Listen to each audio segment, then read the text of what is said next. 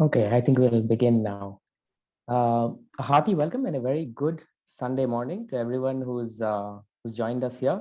My name is Shyam, and I am from the sixth batch of the postgraduate diploma in facilitating governance reform. It gives me immense pleasure today to renew the Samvaad dialogue series, and doing so with a very special speaker, Devinder Sharma ji. The Samvaad dialogue series, to give you a background, is an initiative which was started by the students and the alumni of the Barefoot Academy of Governance more than a year ago.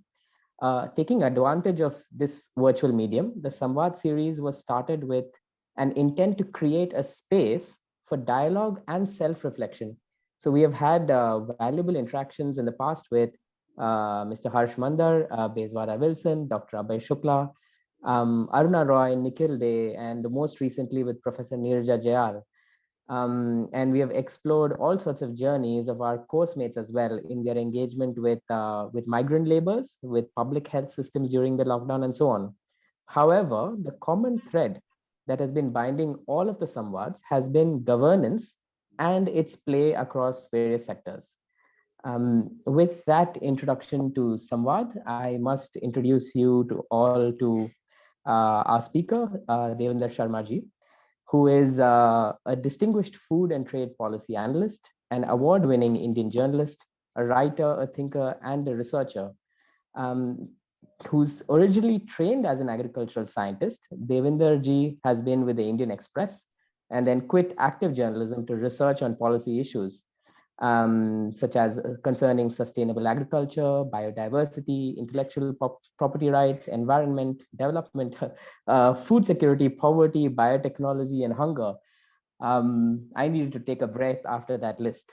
I could go on with his listing his resume, and while each of his immense merits are hard won and fully deserve a mention here, I need to consult my list to remember them. So instead, I hope to make a warmer introduction by sharing with you what remained with me of the speaker's work.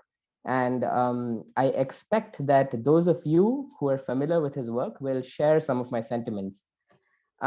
Something that touched me with Devinderji's writing style is that it is conversant and it speaks to my heart as much as it provokes with incisive and sharp reasoning. So let me give you an instance. While critiquing a report on the use of genetically modified crops for developing countries, he reminded us, and I quote, that the report tries to create an illusion as if the interest of the British scientists is the welfare of the poor and hungry in the developing countries. He said, "Gone are the days when the legendary Robin Hood would rob the rich and give it to the poor. It is just the opposite now." He says, "These are the hood robins, always willing to exploit the poor and hungry for the sake of corporate interest." Devinder Sharma ji, you have burned hood robins into my head. More important is the clear and ringing communication of important ideas, such as when he wrote that food was then a political weapon, but food aid has now, in addition, become a commercial enterprise. Um, with this background, I also want to make it clear and certain that we will be listening not only to an authoritative voice on the subject of governance and agriculture, but also someone who has consistently and loudly voiced the authority and the rights of a citizen, that is, citizen with a capital C. If you strongly feel about something, then pull up your socks and do something. It's something that Devinder Ji reminded us of, and also a reminder that Professor Neerja Jayal also echoed. Shedding light on the faces of inequality and providing an echo to their voices in parliament, in journalism, as an author, as a speaker, and today in our Samvad. This is the speaker who we have with us today. I would request just a few more minutes of patience to set your curiosity and your enthusiasm for the speaker's voice aside, as my colleague and my friend Paripurnam introduces you to the unique feature of this space that also attempts to amplify voices and dialogue in Samvad. Over to you, Pari. Thank you, Shyam. Welcome all of you. This is our sequence of dialogues which we had with many people. It's a pleasure to be part of this one with Devinder Sharma. Mr. Devinder Sharma. Thank you so much for joining us. So I would like to invite you all for our course, which is I was part of 5th batch. Now the 6th batch is experiencing their conceptual learning, and I feel very happy for themselves. Them. So this course is designed as two parts, which is one is the experiential part, the other one is the conceptual part. We are all now experiencing the conceptual part of the course. The experiential part is something which takes you through your life journey, which first sets a self right, and then the conceptual learning takes you to be right on the social part of and understand the governance part of our system, which knowingly, unknowingly, we are all living with that. So I'm very happy to take you there. So our conceptual learning is mainly focuses on understanding our governance through many through many perspectives. I would say like many perspectives and concepts. So we experience this course through a process called Kudam. So the Kudam is a concept where it's a social practice where people come together. So it's plainly in Tamil means it's gathering place. As a society where we are right now, not divided many times, like many years, and in the history also, we are divided as class, caste, gender. As Sharmaji said, we are also divided very badly with economically also. So the Kudam gives space for all the people to come together and bring their own consensus and talk about it and come to conclusions and decisions. It's very important to mention that it's an equal space as what we experience over here, either the faculties or students or guests. This place is a very equal place, so everyone takes part and participates and engages with the process. So I welcome all of you to experience the Kudam with Mr. Samvaad. Thank you so much. Welcome, Sharmaji. Over to you. Well, thank you, Shyam, for this generous introduction, and good morning to everyone. I am very keenly looking forward to this Samvaad interaction, because I believe dialogue is very important, and especially at this juncture when we have witnessed one of the historic and the biggest farm movements anywhere in the world. I think it poses a lot of challenges, and of course it has a lot of interesting situation, or presented a situation before us where a lot of people believe that the farmers have perhaps lost their future, in the sense that they have not allowed the markets to take over, and that is one dominant economic thinking. The other one, of course, is that the farmers have reclaimed the economic and democratic space. So these are two divergent views that I see that are being going around, and I think it is very important for us to understand as to what after the laws, as the topic very clearly suggests. I think it is something that we need to really grapple with, and also understand.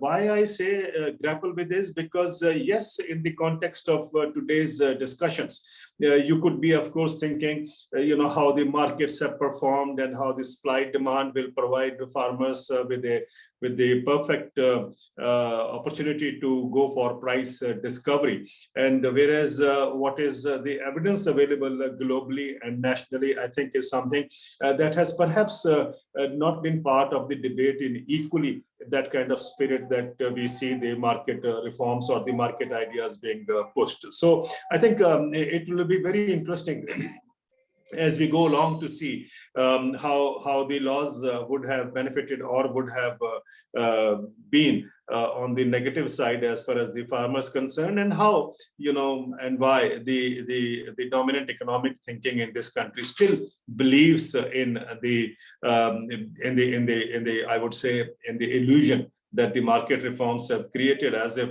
they are going to provide price discovery.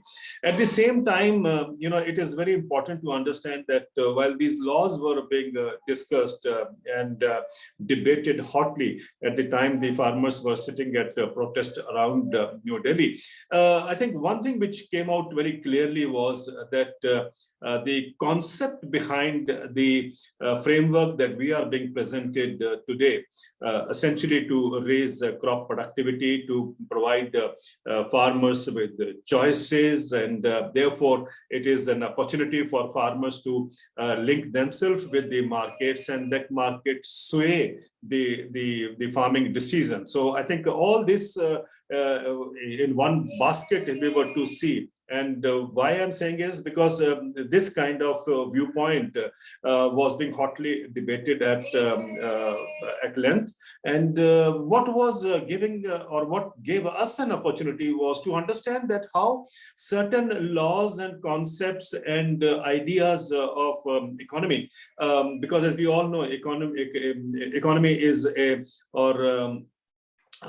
economic thinking is basically driven by the principles of economy, which is a dynamic science, and it changes with times. You don't have to have the fixed economic thinking that Adam Smith came up with to be still followed with or continued with. I think everything needs to change with times. But I find strangely that certain economic ideas have become outdated over the last few decades, and yet our economic thinking goes on replicating it or goes on promoting it as the way forward. I think this is also another aspect that we will try to understand as we go along, because after all, you and me have in one way or the other studied economics 101, and we come up with our fixed economic thinking. What was drilled into us or what was programmed into us, we believe is the only way forward. And somehow we don't want to even look at where those ideas, which were, I think, good for 20th century, have become outdated and should have been thrown in the dustbin by now. But the modern economic thinking hasn't learned any lesson, hasn't drawn any lesson. It goes on, ad nauseum, promoting it as the way forward without realizing or without apprehending that globally these ideas or these concepts have actually failed to deliver. Now, before we go any further, I think it will be important to understand the context in which we would like to have a discussion today. Essentially, let's not forget, agriculture is the biggest employer in this country. The several estimates, some ranges from 47% to 57% or 60% of our population is directly, indirectly involved with agriculture. A Niti Aayog report had said that 70% of the households in rural areas are dependent on agriculture or dependent on farming. Now, all these things make it very clear that we have a huge community that is dependent on agriculture, and that community is, of course, looking for a profitable and an enterprising agriculture. They have the potential. They are all entrepreneurs, basically, the farmers, but somehow they haven't got the atmosphere, the enabling environment to really jack up that kind of a spirit among themselves. Why I'm saying this is, over the last few decades, if you see the march of Indian agriculture, we have seen from a stage that we were food deficit and we were importing food soon after independence, and then we assume or we reached a level where India becomes quote unquote self-sufficient in food soon after the launch of the green revolution technology in the mid 1960s. Yes, that was an era when we needed to come out of the hunger trap, and I think India did, I would say, quite remarkably well, because still the hunger continues to prevail. But as far as the self-sufficiency is concerned, or if you consider self-sufficiency, I think we are a net exporter. So on that front, of course, we have taken a long journey and long strides. But eventually after that, what happened? What happened was that beginning 1970s, we have seen, of course, the second generation of environmental impacts exacerbating. And then also, we have also realized that over the years, over the decades, the farm incomes began to decline. Not that the farm incomes were very high in the immediate post Green Revolution period, but I think the point I'm trying to make is over the period, the incomes have declined and either remain frozen or have been in the negative. One earlier study I remember was from UNTAD, and UNTAD had said that internationally, the global food prices, if you see between 1985 and 2005, the 20-year period, globally food prices had remained static or frozen. If you adjust for inflation, the food prices were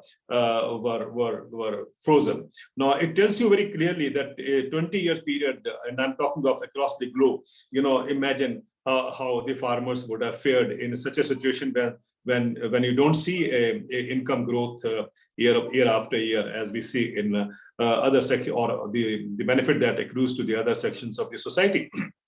So this was a very important message that came out 1985 to 2005, a 20-year period. And then I come across another study by OECD, the Organization for Economic Cooperation and Development, in collaboration with the New Delhi think tank ICRIER. And of course, it's based on market principles, but it gives you an idea that how agriculture was in the receiving end. It tells us that between 2000 and 2016, a period of 16 years, the Indian farmers lost 45 lakh crores. Which means every year they were losing roughly about rupees 2.64 lakh crore. And this, I thought, was an extraordinary crisis that prevailed in the agriculture sector. But if you remember, this report came out in about 2017, and I don't think you would have seen any television discussion on the severe crisis that agriculture was passing through. And nobody even took notice. I don't think even the universities talked about how the farmers were stranded or left to face this huge crisis, which, of course, as the OECD said, was the result of farmers not getting their rightful price. According to the OECD, the farmers were getting 15% less than the international price, and the consumer was benefiting to the tune of about 25%. So basically, it means that the farmers were subsidizing the consumers, and it is quite apparent. And the other thing that I would like to bring out is, in my understanding, this report was also a very conservative estimate, because the international prices that it compares the Indian prices with, when it said that Indian farmers were losing 15% because they were not getting the equal to the international price, I think what it forgot to tell us, or what it deliberately didn't tell us, was that the international price is actually something which is deliberately lowered, because of the massive subsidies that farming or agriculture commodities receive in the rich developed countries. The international prices come down. When the international prices come down, the comparison that we are doing with the international prices actually is a double whammy for Indian farmers. One, the international prices are already low, and then you are comparing with those low prices. So when you say 15% loss for the Indian farmers, imagine if we were comparing with the real prices, what would have been be the loss for Indian farmers. So I think we need to understand how does this entire economic what do you say, the mapping that the economists do in whatever, in one form or the other, tells us or presents us with a picture. Why this is also important to understand it, let me give you an idea about how the international prices drop when the rich countries provide massive subsidies. Let's take cotton as an example. I remember a study that I did for the World Trade Organization, one of those ministerials coming up in 2005, and I was examining the first 10 years of the agreement on agriculture in the WTO, and in that study I had clearly brought out the story of cotton. As you know, cotton was a hot issue at the Cancun WTO ministerial, also because the head of the states of 4 Western African countries had written a letter in New York Times saying that your subsidies kill our farmers. And that is how the world woke up to this huge tragedy that was unfolding, because the way the massive subsidies in the rich countries was trying to depressed global prices, as a result of which farmers in Western Africa, cotton farmers in Western Africa, and for that matter, cotton farmers in India were being hit very severely. But the world was, in what is called as, when they look at competitiveness. So in the economic parlance, it was a globally competitive, race that was taking place in the case of cotton, and the American farmers was presented as a very efficient, quote unquote, efficient farmer, not realizing that it was actually the subsidies that were bailing out the American farmers. And going back to this issue of cotton subsidies, I remember, if you see my work, of course, you will see those figures. But if I'm not mistaken, I'd said something around that there were in the mid 2000, there were about 20,000 cotton growers in America, and the total output in 2005 was, in terms of value, was $3.9 billion. Cotton value was $3.9 billion, or let's say $4 billion, to make it a rough figure for us. And they were getting a subsidy of $4.7 billion. $4.7 billion subsidy being given to farmers to produce a crop of $4 billion. And that would actually mean that the global prices come down. Cotton prices came down, as a result of which there are estimates, varying estimates, but some say that 40% fall in international prices, as a result of which the Indian farmers is priced out, and it looks that he's an inefficient farmer, because he's not globally competitive. But this is again a very, very cleverly drafted terminology, that you see when you say competitiveness, globally competitiveness. Now, how do you compare somebody who has been heavily subsidized with a farmer who is left to fend for himself, and then we say our farmer is inefficient farmer?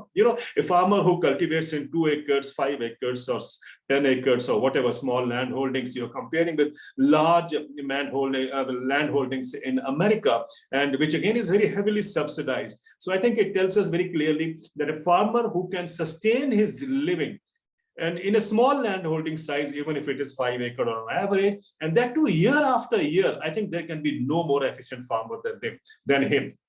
Rather than to consider a heavily subsidized farmer as a definition, or include him in a definition of what is called as efficient farmer. So I think we need to understand that how the terminology is woven, so that your understanding of the reality is hidden, in a sense that you don't realize that this is not exactly the mechanism to see what is quote unquote efficient or what is competitiveness. Nevertheless, this kind of thinking prevails, and it has gone on and on. Today, I think roughly, if we see the kind of subsidies that the WTO is talking about in 2018, I remember the figures, it was $246 billion of subsidies in the OECD countries, which are the rich developed countries, and 246 out of which $100 billion was just in the European Union, out of which 50%, which means $50 billion, goes as a direct income support to their farmers. Whereas in America, of course, massive subsidies, but over the years, they have, like magician, moved from one box to another box. In WTO parlance, you have green box, you have amber box, you have blue box, and so on. And so they keep on moving these subsidies from one box to another, giving us an impression as if they are trying to reduce the domestic subsidies. But it hasn't happened. Under one pretext or the other, farmers keep on getting huge subsidies. I remember a couple of years back, the Center for WTO Studies in India had said that American farmers on an average were getting $62,000 per year as a subsidy. And compared to India, Indian farmers were getting a subsidy of about $218. So the comparison is there before us. I'm sure if Indian farmers were to get an equivalent subsidy of 62,000, they would have turned the tables in a manner that the world would have been left wondering how come the production has gone up to such a scale. But nevertheless, this subsidy conundrum is something that we will continue to talk about it. But let's look into the kind of crisis that India was passing through. I talked about 2000 to 2006 to give you an idea about the kind of severity that had hit the farming sector as far as income insecurity was concerned. But subsequently, another study comes out in Economic Survey 2016. And incidentally, 2016 was the year when, if you remember or if you recall, Prime Minister Modi had said that we would be doubling farmers' income by the year 2022. And we, of course, are in 2022 now. In 2016, the Economic Survey had said that the average income of a farming family in 17 states of India, which means roughly half the country, is only 20,000 rupees a year. Now, 20,000 rupees is means less than 1,700 rupees a month. Now, I can't even rear a cow in 1,700 rupees a month. I wonder, and I sometimes shudder to think how the farming population in half the country, that is 17 states, was surviving on less than 1,700 rupees a month. It tells us very clearly that agriculture had been deliberately kept impoverished all these years. And I think this is something where I want to bring your focus on. When we talk of governance in agriculture, I think one thing that should be clear to all of us is that the way we see agriculture, it is not only the production and the markets, the interaction that derives the farmer's income, but it is the economic design that we have perhaps not understood. And we don't realize that the entire way or the mechanism to see that the economic reforms remain viable is to really keep agriculture income at a rock bottom. But that is how the design is cast. Now, let me explain. In 1996, quite a number of years now. In 1996, I had come to Chennai to the MS Swaminathan Research Foundation to participate in a conference. And I remember the then Vice President of the World Bank, Dr. Ismail Sarageldin, in his presentation had said, he was Vice President for Sustainable Development in World Bank. And in his presentation, he had said that in the next 20 years, I mean, I'm talking of 1996, in the next 20 years means 2015. He said, the World Bank estimates the number of people migrating from the rural to the urban areas in India would be equal to twice the combined population of UK, France, and Germany. Now, the combined population of UK, France, and Germany was 200 million. Even now it is 200 million. And the World Bank estimate was that 400 million people would be migrating from the rural to the urban areas in India in the next 20 years by 2015. Now, for a number of years, I thought they were alerting us, they were warning us that this is going to happen. So you be watchful, take corrective measures. But instead, then I later realized, no, it was not actually a warning to us. It was actually a directive to us. And successive governments were trying to push people out of rural areas into the urban centers. And our economists were of the opinion that, as long as more people are in agriculture, we would not be achieving economic growth. So if you want to hasten the process of economic growth, you have to move populations from agriculture into the urban centers. And even recently, Raghuram Rajan, the former governor of RBI, had in an interview said that the best reform in India would be when we are able to move people out of agriculture into the cities, because cities need cheap labor. Now, this is a flawed economic thinking. Why I'm saying flawed economic thinking is because, if cheap labor, which means the hardy mazdoor, if the hardy mazdoor is the idea of employment generation, I think the entire economic reforms need to be looked once again. We need to revisit the economic reforms. And that is something which I've been arguing again and again. And my argument is that we don't have to blindly follow what the Western countries have done. For a country like India, where 50 to 60% population is in the rural areas, and we have seen when the lockdown 1.0 happened, just 2 days after the lockdown, we saw at least 100 million people or 10 crore people, labor, walking back to their villages. In what condition, we all know that. But the fact that they walked back, they traversed back to their villages, clearly shows that these agriculture refugees, and I call them agriculture refugees because these are the people who were inadvertently pushed out of the villages into the cities to become the hardy mazdoor. And when that life link broke for just 2 days after the lockdown, they preferred to go back to their villages. And I think that clearly tells us how the economic policy was or could have been much better if we had worked on making agriculture profitable and economically viable all these years. I think that would have created a new India, or what is called as Atmanirbhar Bharat. And we don't have to blindly follow what the Western countries have done. I think we need to create put our own heads together to evolve economic thinking or strategies or approaches which ensures that we have economic growth model which is reaching out to people, which means sabka saath, sabka vikas. And I think the best way to reach sabka saath, sabka vikas is to make agriculture economically viable and profitable.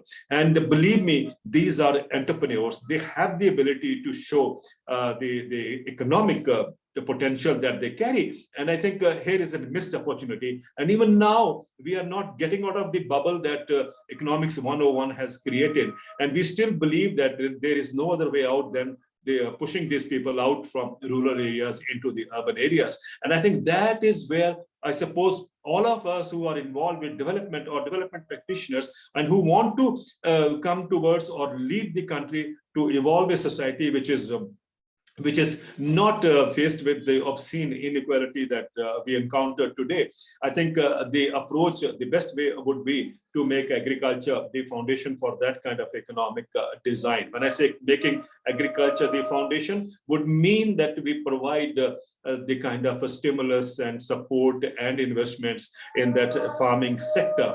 And I think that also has the answer to the enormous problem of employment that this country now faces. And we know that every year, the people who join the job queue are about 12 lakh jobs are created on an average, whereas the people who join that job queue would be roughly about 47 lakh.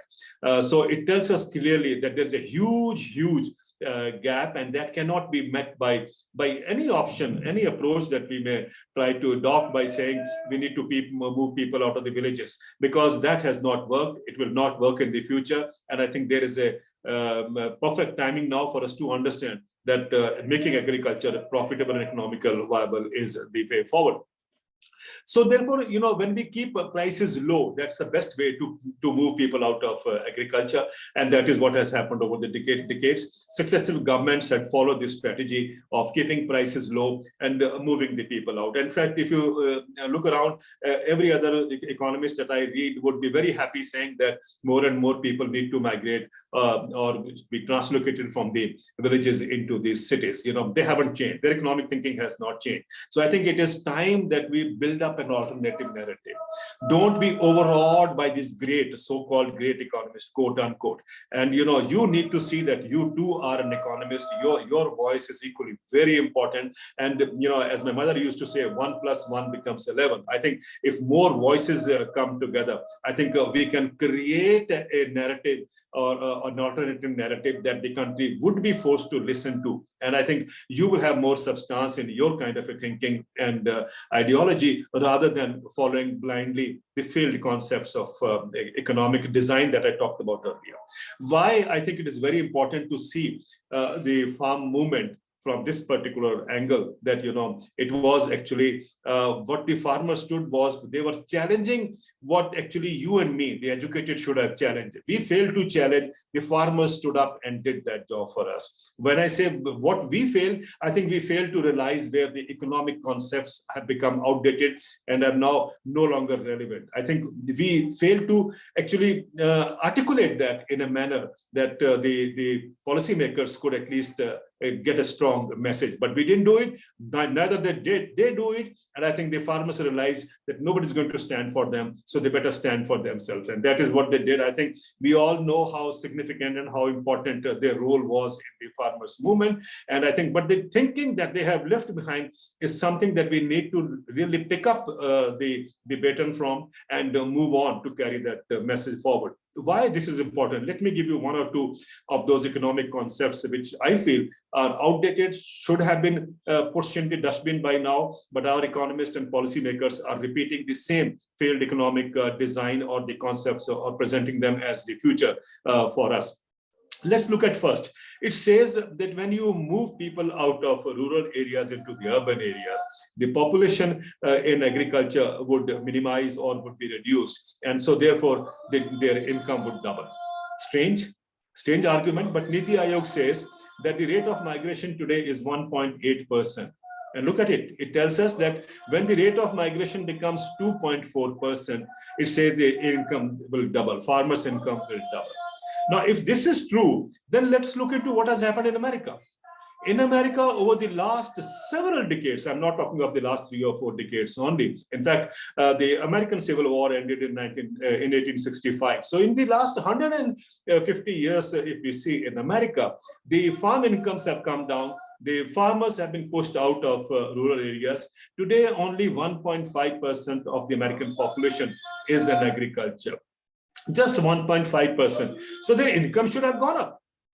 According to the economic concept that you and me study, or we are being told that that is a way forward, I'm sure you will agree. If the income in, if the farm size or farm numbers in America have come down to 1.5% of the population, according to the economic,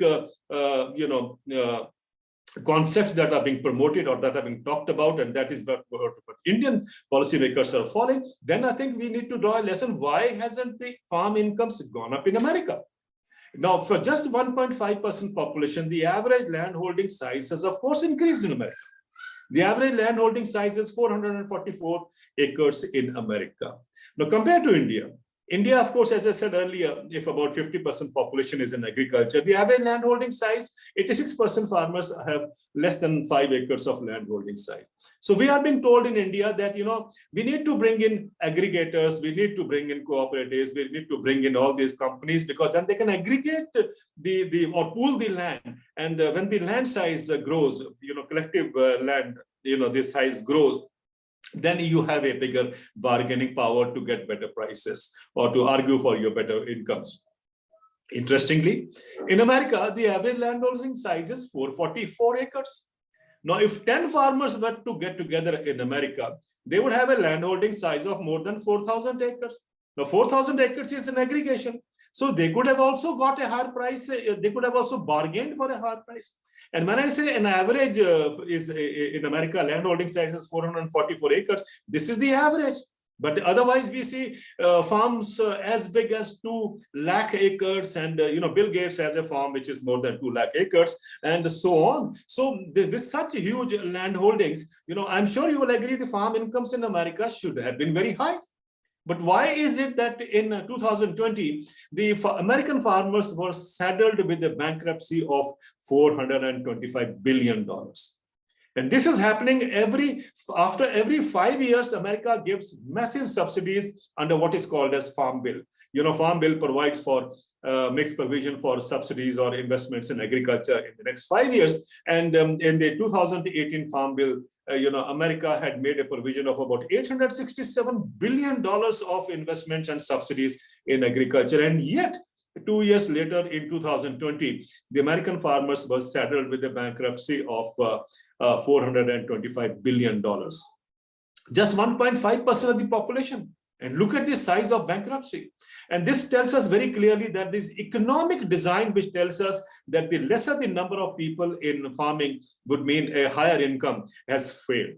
It has failed. It has failed not only in America, it has failed in Canada, it has failed in European Union, number of countries in European Union, and it has also failed in a country where the landholding size are huge, and I'm talking of Australia. If the landholding size, they say Indian landholdings are small and so they are uneconomical. I think you will agree Australian landholding size landholdings are big, massive, and of course economical. An average of about 14,000 acres of one farm in Australia. I'm sure you will agree, if an Indian farmer has 14,000 acres as his landholding size, imagine what kind of a farmer he would be, the kind of progressive farmer that we all imagine to be. But in Australia, if with 14,000 acres, I thought even one farm has the bargaining power. Going by the economic thinking, that one's farm size is good enough to have or let's say, should be dictating the markets. Instead of markets dictating them, such a huge farm size should be dictating the markets. But look at what has happened in Australia. In Australia, in the last 30 years, 25% farms have closed down. The rate of suicide in Australia, rural Australia, in the males, among the males farmers, is double than the suicide rate in the rest of the society in Australia. This is Australia, where the landholding size is 14,000 acres. Now look at America. In America, the rate of suicide is in the rural areas is 45% higher than urban areas in America. So it tells us very clearly that the same market reforms which we were trying to bring in, the evidence is clearly available before us that they have failed to prop up farmers' income anywhere in the world. I just gave you the example of 2 countries, but I have talked about Canada. I have talked about the different countries of European Union in many of my writings. And if you go to my blog called Ground Reality, you can have access to that, those of my writings, to see in each of the developed countries what has happened.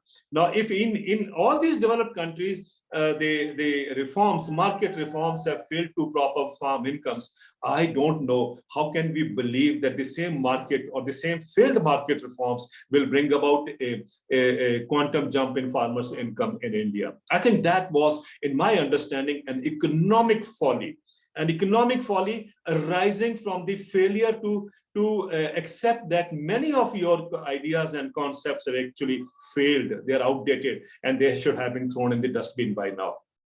But we didn't do it. Now, I gave you the 2 examples. One, of course, is the number of farmers coming down. The other one is a land holding size getting bigger, and which would mean that the more the income would be. But even with the land holding size getting bigger, the incomes haven't gone up. So it is becoming very clear that the idea of supply demand being the factor to derive or to enable farmers to get price discovery did not happen or did not work in the rich developed countries. Pull down the subsidies that the countries are providing, that these countries are providing, and you will see that agriculture comes to a naught in those countries. Their farmers are already struggling in those countries. And if you think that the farmers in America, Europe haven't talked about it, sorry, I think we need to look into open up our eyes to what is literature that is already available, or talk to those farming communities. In America, as early as in 1979, just like the protest in New Delhi or around New Delhi, there was a huge tractor march in Washington, D.C. in 1979. And hundreds of tractors had driven into Washington, D.C. and their demand, and the farmers had stayed there for about a few weeks in Washington, D.C., trying to educate people that, the drive for cheap food or the effort to bring cheap food into the cities was killing the farmers. And they had actually demanded, if I look into that era, they had actually demanded income parity. Now, income parity in American language or vocabulary is equal to what the Indian farmers were demanding by way of a guaranteed price through minimum support price. So the American farmers in 1979 were wanting a guaranteed price. Indian farmers in 2020-21 were demanding guaranteed price. And if you look into the farmers' protest in the European Union over the years, the same demand has been one of those factors where farmers come in huge numbers protesting, for higher prices or assured prices for them. Last year in March, the French farmers, who of course have access to sophisticated technology, precision technology, massive investments being made by private sector in agriculture, all these things are already there in France. They have a high productivity also. So high productivity, massive investments, that's the kind of model we are trying to promote in Indian agriculture. But why is it that the French farmers, who are 7% of the population of France, the largest in the European Union, were the ones who were forced to, protest outside Parliament in last March, and they actually hung suicide dolls. They had made suicide dolls, and those suicide dolls were hung outside trees outside the Parliament, and to demonstrate that agriculture in France was under terrible distress. Now, this is happening in the rich developed countries, where the same kind of agriculture model that is now being pushed onto India, or what many believe would be the answer to India's agrarian crisis, is the one that has failed in those countries. So I think it is clear before us that the economic thinking that we have been trying to promote in India is something that has already failed in the rich developed countries. Now, these were basically something that we need to understand when we said relook at the farm laws. So these farm laws, I'm not getting into the nitty-gritty of farm laws because I think there has been enough debate and discussion about it, and you have seen point to point as to what is good or what is bad, and all has been explained. I'm just looking into the bigger macro picture, and it is clear that the same economic thinking that brought in the 3 farm laws in India had actually failed to deliver in the rich developed countries. In America, when we talk of agriculture, we talk of corporates. When we talk, we must understand that we are talking about corporates. And when I talk of corporates, we are talking of huge lands and huge machinery and, of course, the kind of investment that we all believe should happen in agriculture. Everything like that is already existing in America. And we, of course, know how devastated American agriculture is environmentally. But let's be very clear that that kind of a model to be brought into India is not what is the future or how the governance and agriculture should perform in the years to come. So it is very clear for us that the evidence is there before us. And if I look at the Nobel Prize this year in economics, the first time that I see after several decades that the Nobel Prize in economics has gone for evidence-based research, and in the case of labor markets and so on. But similarly, in case of agriculture, I presented before you the evidence that it has all these market reforms have failed everywhere in the world to deliver. And I think farmers, whatever or little number that is left in the globe today, or when I talk of the rich countries, is actually thriving or surviving on the massive subsidy support the farmers get. Now, when I look at the American subsidies I talked about, I think that picture should be quite clear. Come to European Union, the farmers' income, whatever it is, let's say in Sweden or France, you will be surprised that 50% roughly the income of a farmer, the average income of a farmer in the European Union actually comes from subsidy support. In America, 40% of the income that a farmer is living with today is actually coming from government support. So it is very clear for us that if the markets were efficient, I'm sure no government would like to pump in money in agriculture. It's a reflection on the market inefficiency that European Union provides 50% subsidies to sustain farms' income, and similarly, as I talked America. So I think this is something which the picture should be clear. And I get this concept that markets provide better income to farmers, I think is also a failed concept. I think the evidence is there. So three concepts I have placed before you. The markets providing better incomes, a failure. B, the bigger farmland holding size becomes a kind of a leverage for farmers to bargain for a better price, again a failure. And to say that lesser the number of people on the farm would mean higher incomes is again a failure. So I think these concepts should have been thrown out the window by now. But I think the problem with economists is they go on repeating the same economics 101 curriculum year after year. They are not changing. The world is changing, but our economists are not changing. I think we need to take a relook at the economics curriculum also. And I think that is why I'm suggesting that people like us and more people who understand the conundrum as far as development is concerned, or development and growth is concerned, I think we would appreciate, and we should now try to rebuild a kind of a economic thinking that our economists should be made to understand that this is the way forward. Don't feel shy, don't feel afraid. You and me, each one of us is capable of standing up and challenging the bigger economic design based on evidence. We are not saying you just do it for the sake of ideology, but based on evidence, it is clear before us. Now, where do we lead from here? When we withdrew the laws, the government withdrew the laws in November, it isn't that the agriculture crisis has finished. I think what the farmers have done or managed is they have won the first battle, in the hop, jump, and that kind of a race. You have to cross those hurdles. The one hurdle they have crossed. At least they have ensured that the markets would not destroy agriculture or further devastate agriculture in the years to come. So that decision has been taken by farmers. That I'm sure we will have to appreciate that this is what was required. What we as educated failed to understand, farmers understood, they fought for it, and they got it back, whatever they wanted. Now, the second part is the fact that the farmers were demanding, as we all know, was for a minimum support price or a guaranteed price. Now, I find a lot of misconceptions prevailing because, there is a huge lobby which gets impacted if the farmers get a guaranteed income. And you will all appreciate that the way, the supply chains work, or the way the value chains also work, they are based on ruthlessly exploiting the primary producer. And this is how, whether in America, Europe, the globe at large, or in India, we have seen farmer prices remaining dipped, as I talked about earlier. When I quoted you a number of studies in the past several decades, which have shown the devastation. that has happened as far as the farmers' incomes were concerned. So let's be very clear here. I've always said that we have an economic design which actually sucks income from the bottom to the top. It is not the other way around. And Joe Biden, the American president, has recently said that the trickle down was a failure. And he says, I'm sorry, I'm happy that, in fact, the American president has publicly acknowledged that trickle down was a failure. But the economic design the globe follows or the world follows is actually based on trickle down. And I hope the American president is standing up to it and saying that we now need to build from the bottom and the middle is the way forward. And that is what I think, I'm sure you will agree. If agriculture in India was to be turned profitable and economically viable, that is how we work from the bottom. That is how we try to build from the bottom. And that's the kind of economic design we need in India.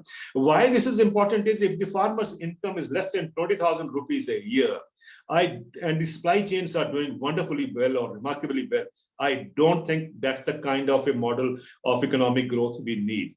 And if there is a disruption of the supply chain when the farmers' demand is accepted, let's say, to give them a guaranteed price, I think let that disruption happen, because it is time that disruption happens in the way the supply chains are designed. I go to Indian School of Business or Indian School of Management or whatever, and I'm shocked there. I'm shown a number of studies by a number of institutions. Look at our supply chain studies. And if you just see the supply chain studies carefully, the farmer's share of income is invariably missing or has been left out.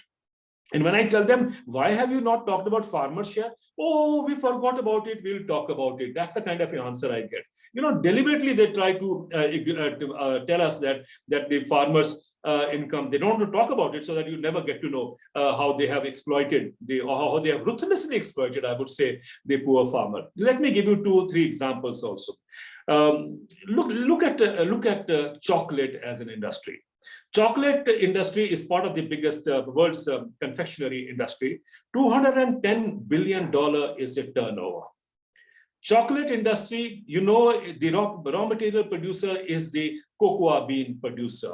And most of them would be in the Latin American countries and in the African countries. The average, or not average, but the acute poverty line globally is $1.9 a day.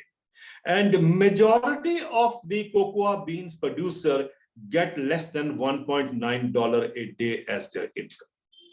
For an industry which is $210 billion, the farmers are living in hunger and poverty, I think is a reflection how efficiently, quote unquote, or if I may rightly say, how inefficiently and ruthlessly exploitative the supply chain has worked. And there's a classic example of value chain. What better value than chocolate coming out of cocoa beans? And yet, look at what the farmers get in chocolate beans, in case of the cocoa bean growers, in case of chocolate. Look at coffee. Most of us, when we wake up, we love to have a cup of coffee. It makes your day fresh. But just think about those coffee growers. Coffee again is a $200 billion industry. Coffee is traded on the commodity exchange. So we are following all the market principles. There is no MSP, there is no APMC that is operative as far as coffee growers are concerned. Yeah, but look at it. Coffee growers are getting, the normal price that you pay for a coffee bar is about 100 rupees plus. When you go next time into the coffee, into a supermarket and you buy a coffee, sorry, that is for chocolate. Sorry, the chocolate bar is for 100 rupees, and the average income that a cocoa bean farmer is getting, as I said, is 100 rupees, less than 100 rupees globally. But when it comes to coffee, again, look at the acute poverty line, $1.9 a day. It is less than that. And I'm talking of 50 to 60 lakh, bean growers who are at the receiving end as far as coffee is concerned. Now, some American economists got interested, they looked into it, and they found, they were trying to bring out this inequality, and yet nobody would look into that or appreciate that. So they went to a better known economist in America called Jeffrey Sachs, and they reached out to him to be their voice to at least make the world realize that how ruthlessly the supply chains have been exploiting the coffee growers. He worked on it.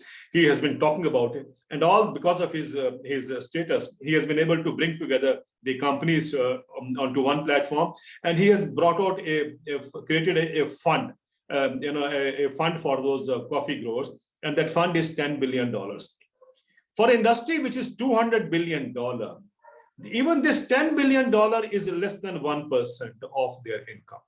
Look at it. So this is how the supply chains have worked. This is a classical case of value chain also. To make from the beans resulted into coffee, which is traded globally, is where you have Starbucks, you have Barista, and you have other kinds of kiosks that provides you the kind of ambience to sip a cup of coffee. I remember I came to Bangalore 2-3 years back to address the National Growers Federation of Coffee Growers. And before my presidential address, I asked them, I said, well, you should be complaining that you are getting you're getting a low price, because I believe coffee growers should be better of the lot, the other lot, which means the wheat grower, paddy grower, and so on. You should be much better than those growers. But they said, no, it is not so, sir. We have 8,000 crores of outstanding dues, and we would like the government to write off. And they also demanded coffee to be brought under the minimum support price regime. So I asked them casually, I said, please tell me, when I drink a cup of coffee in one of those Starbucks or Barista kiosks, so what is your share out of that cup of coffee, the price that I pay? They said, sir, we will work on it and they'll come to you next morning before your lecture. And before my my lecture next morning, they gave me a figure and let me present before you. When you pay a price of 250 rupees, and the next time you go to a coffee kiosk and pay a price of 250 rupees for a coffee cup, the farmer gets just 1 rupee. Out of the 250 rupees that you pay for a coffee cup, the farmer gets 1 rupee. Don't forget, this is how the value chains work. And I think it is time that they need to get they need to be disrupted. That entire chain mechanism needs to get disrupted. That's not an economic design the world needs to follow. I'm sure you would agree with me. And so this is how the supply chains have ruthlessly exploited the raw material producer. And it doesn't end there. You would say, oh, these are the cases when there was value addition. Now look at banana. Banana is a classic example. It's the cheapest fruit available in North America and European Union, and I'm sure also in India. Now, the banana is being traded or is being imported in Europe from Latin American countries, Ecuador, Venezuela, and so on. And when I look at the supply chain, a recent study has come out, and I'm quoting from the study. It tells us that if you pay €1 in worth of, when you buy bananas in Europe, the farmer share is 5 to 9%. Total €1 out of that, he gets 5 pence. If that is the kind of the supply chain delivering the price or price discovery for the farmers, I think what better example you have for what exploitation is. These are the modern day Shylocks. And if you have read Shakespeare, you would understand what Shylock is. Look at it. They get their pound of flesh. And we, across the globe, I'm sad that none of the economists, better known economists, has ever stood up and said, this is not the kind of economic design we need to follow. Imagine if these banana growers were getting a minimum support price, which was at least 20%, if not 40% of the end price, the economic condition of banana growers everywhere in the world would have improved a lot. That's Sabka Saath, Sabka Vikas. Imagine if a coffee grower was getting a price 40% of the total price that you and me pay, or the end consumer price. Imagine the kind of livelihood improvement the families would have been, ascertained to, or have faced, or have come up to in these years. So all I'm saying is, globally as well as nationally, the time has come when you talk of what future governance in agriculture, the governance model is very clear before us. And that is, we should build up a mechanism of ensuring minimum support price for all crops, which means there has to be a guaranteed income that will only come from a minimum support price. Assuring minimum support price means there is no trading taking place below that. The moment you say this, there is a kind of a backlash by economists and city-bred people who have no idea about how badly the farmers have been made to survive or thrive with the kind of incomes that we have been giving them. But they believe, because their own income is on exploiting agriculture or exploiting farmers, so they will always lash out saying, no, we don't need to have guaranteed price because that will cause disruption in the supply chain or in the markets. I am willing to say that we should not shirk away from any fear of the fear that is being imposed upon us that it will disrupt the supply chain. They need to be disrupted. We have enough of destruction caused by these supply chain for all these years. It is time to rectify this particular mistake. So the governance, when we talk of in agriculture, I think the first and foremost is that the farmers must get guaranteed income. Just to give you an idea, when the Amul cooperative dairy, in India, when you buy milk, cooperative milk in India, let's say you buy milk for 100 rupees, at least 70% of it goes as is the farmer's share. So farmers get 70 rupees out of the 100 rupees that the end consumer pays. In America, when you buy produce for $1, the farmer's share is just 8% now. So 8 pence is what he gets. No wonder American farmers are in crisis, severe crisis, and in India it is no better. We have seen farmers throwing, tomatoes, onions, and bananas also on the streets of burning their plantations. So I think it is a clear message for us that if we really want to pull agriculture out of the crisis, and that is also linked to Sabka Saath Sabka Vikas, also linked to the kind of a development model of Atmanirbhar Bharat, I think the emphasis should be on putting the right kind of price for what the farmers get, and that is only possible if we make minimum support price a legal mechanism. A lot of people in the cities also believe that minimum support price means that nobody else will buy. No, it doesn't mean that. It means that even when the private trade is willing to pay a higher price, the only assurance is that the prices will not dip before the minimum support price. Doesn't mean the companies have to see that the government is buying and you are not buying. No, it is not like that. It means that actually you go on trading, go on paying them a higher price if you want to pay, or if you can pay. That's the case. Take the case of mustard this year. The prices had touched 7,000 rupees. The minimum support price was 4,650 rupees. Nobody has any problems. Let there be a higher price. But when the prices fall, it should not be allowed to fall below the minimum support price of 4,650 rupees, which was the price last year. This year, the price has been raised to 5,050 rupees. So I think let's be very clear. This mechanism has to be expanded everywhere. Minimum support price has to be made a legal instrument. To me, that will bring about the kind of transformation and reforms we have been talking about. Globally, as I said, the farmers are not getting a living income. Living income is what we must assure for farmers. So after the laws have been withdrawn, what next after the laws, I think, is the initiative that we need to take is to make MSP a legally binding instrument, in the sense that no trading be allowed below it. A lot of people say the prices will go up and so on and so forth. But I think even before that, when we believe in supply demand, we believe in markets, please tell me one product or one industrial product that comes into the market without a price tag. The price of Maruti cars between 2020, last year, and this year have gone up 3 times. Did anybody question? Was the market wanting the prices to go up? The answer is no. It was the company which wanted the prices to go up. So they could put a new tag and put it in the market. You can't compare that with agriculture. Where in agriculture do we have the ability or the possibility of fixing a price? Let's say, can I fix a price for banana when I bring my produce to the market? The answer is no. It is the trade which decides what price I should be getting.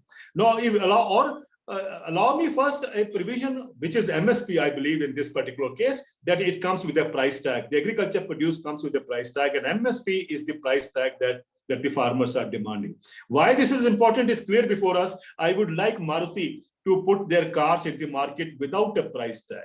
Let the people decide. Let the market decide what should be the car price. Why should a Mercedes car be priced at 2 crore rupees and there be in the showroom? Let the market decide. I would go and say I'm willing to pay 20 lakh rupees to the. Let me say how the prices come down for those cars also. But very cleverly, for all industrial products, we have a price fixed unit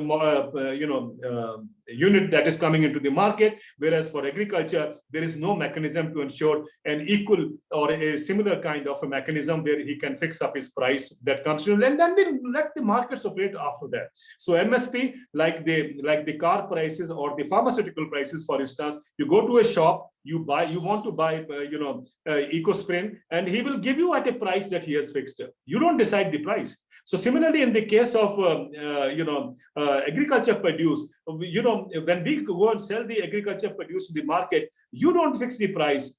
It is the markets which decide what should be the price of the agriculture produce. That is definitely an inequality that prevails in the kind of marketing design that we talk about. I think most of us have missed this point, that agriculture is not like automobiles or the industrial products or even the branded products, processed foods and so on that you see that are sold in the market. They all come with a price tag. It's only the raw material that comes without a price tag. So we need to fix a price tag to operate or in the same kind of a market regime, and that is possible only if we have MSP price tag fixed to every commodity, agricultural commodity. Now, ladies and gentlemen, I think I would like to leave it here. And just before I go, let me just spell out. I talked about a guaranteed income as the way forward, or by way of a guaranteed price. And let me add here is that we have in this country about 7,000 APMC markets. APMC has a lot of problems. We need to reform that structure, but doesn't mean that we have to throw it away. What we need is 42,000 mandis in India if we have to provide a mandi at 5-kilometer radius. So the second part of the governance that we should be bringing about, or the kind of marketing reforms we should be bringing about, or the kinds of farm laws that we should be bringing about, first I said is guaranteed price. Second is expanding the APMC markets in India. We need 42,000 mandis in India. That is something we should create. And the third part is, let's try to bring in cooperative agriculture. I'm not talking of aggregation by way of just FPOs. I'm just adding on to it another point that we need to bring cooperative agriculture. Let's learn from the dairy cooperatives and try to replicate that model for fruits, vegetables, soil seeds, and pulses, and so on. And that's the kind of a design we need to cast. So after the withdrawal of the 3 laws, what next, as my way of looking at is, we need 3 laws basically centered around the 3 principles that I laid out before you. I think I'll end here, and then I'm open to question answer. Thank you very much.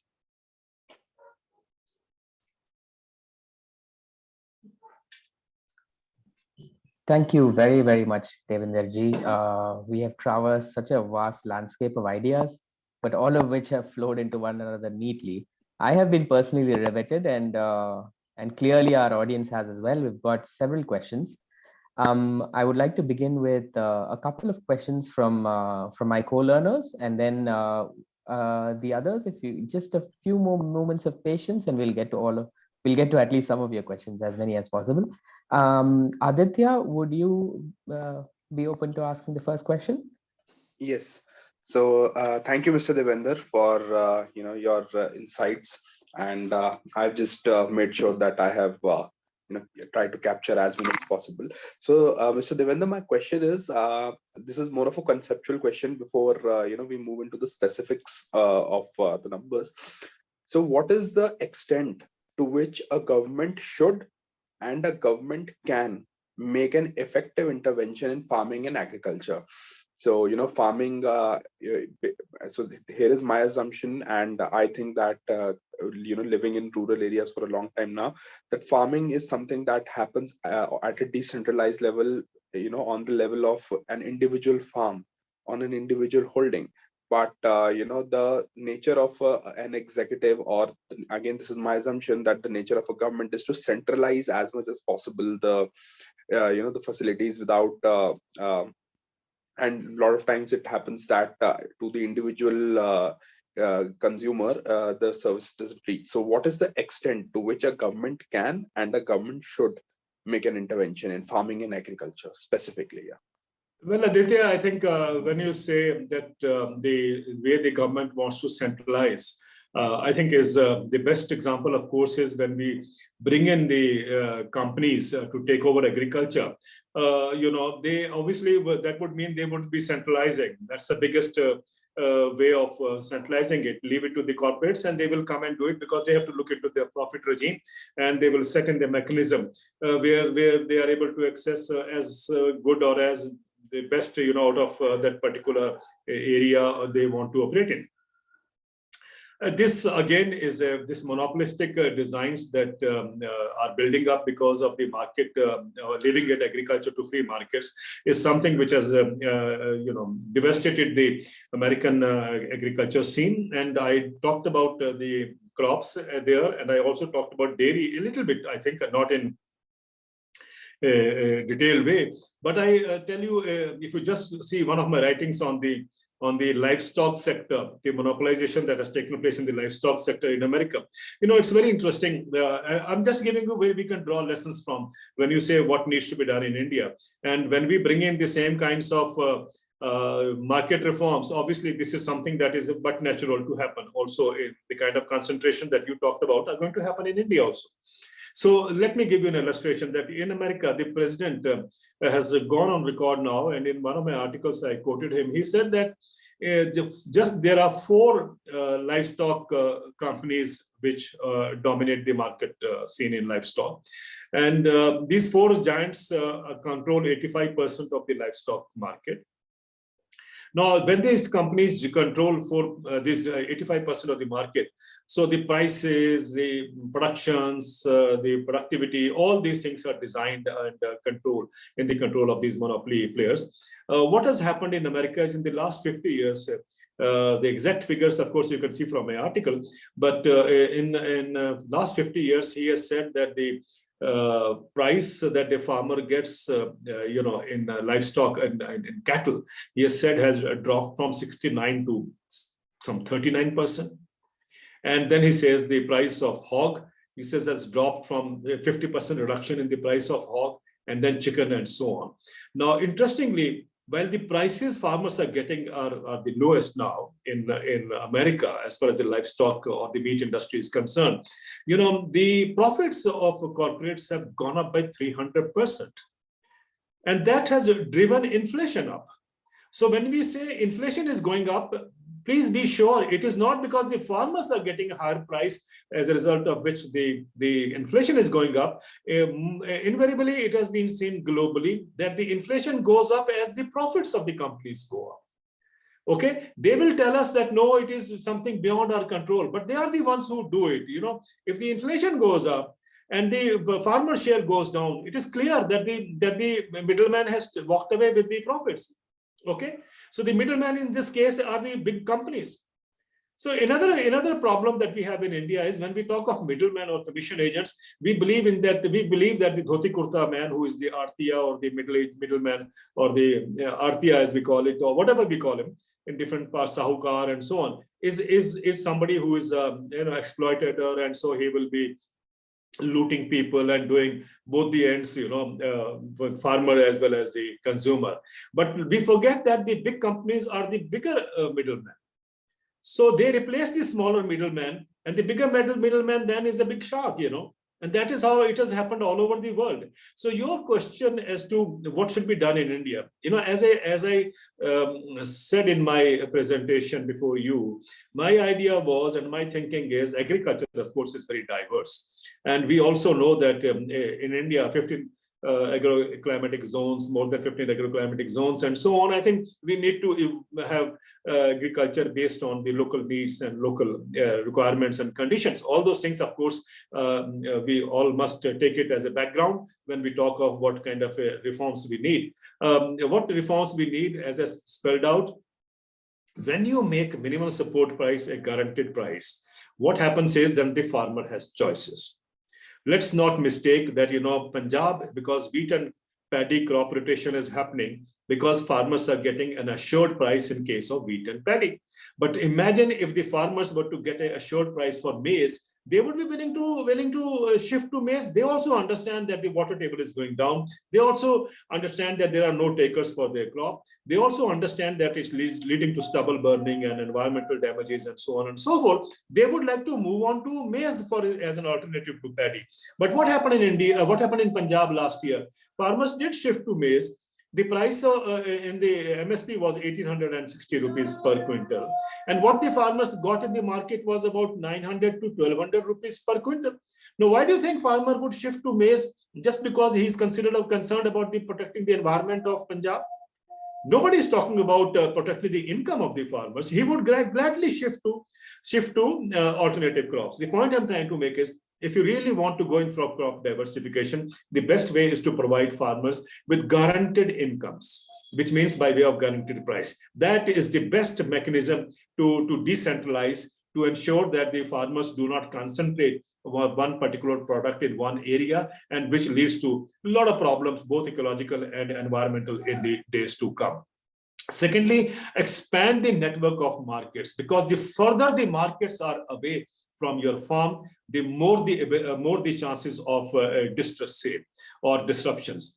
Let's say if you expect a UP farmer to come and sell in Punjab, you very well know that this will be leading to a kind of a distress price for the farmer. But if a market is available within 5-kilometer radius for the farmer in, let's say, Barabanki in Uttar Pradesh, then that is something that will enable him to going for efficiently into production and marketing of that particular chip. So I think this is the way forward, and to see that you take, because of course we know that land holding size are even getting lesser than 1 acre now, majority of the land holding size. So I think that's why I suggested cooperatives to be brought in. I'm not in favor of a industry coming and saying give us contract farming, but I'm more interested in getting into the cooperative network. And if we could do that in dairy, I'm sure we can do it. And we have a strength before us, because the white revolution was essentially based on the cooperatives. And if that we could bring about a revolution. Today, we are the world's #1 producer of milk in the world with 204 million tons of production. I think, imagine if cooperatives were to be introduced in agriculture in India. I think these are the ways, as you rightly said, which could be the economic governance planning or thinking. But I want to add one more thing. When we talk of economics of business, what is that ease of doing business? Because the World Bank tells us ease of doing business, we are all onto the job. One of the biggest problems agriculture faces is actually we do not have ease of doing farming in India. If you are a farmer, you said you have been on the farm, you have seen in the rural areas how it operates. When the farmer has to take his produce to the mandi, he goes to the mandi, he finds that kanta, the weighing machine, not working. He waits there for 2 days. For what? Why can't we have ease of doing farming in agriculture? Do we have to wait for World Bank to tell us to bring in ease of doing farming? Why can't we develop ease of doing farming index, tell agriculture universities and departments of agriculture to work ease of doing farming? Just because the World Bank is not telling, just because the corporate India is not interested, does not mean we cannot evolve strategies or approaches that can be very helpful for agriculture. I hope it answers your question. Yes, sir, it does. It does to a big extent. I do have a lot of follow-up questions, but I think there are many, many more questions that the participants want to ask. Thank you. Thank you for the detailed answer.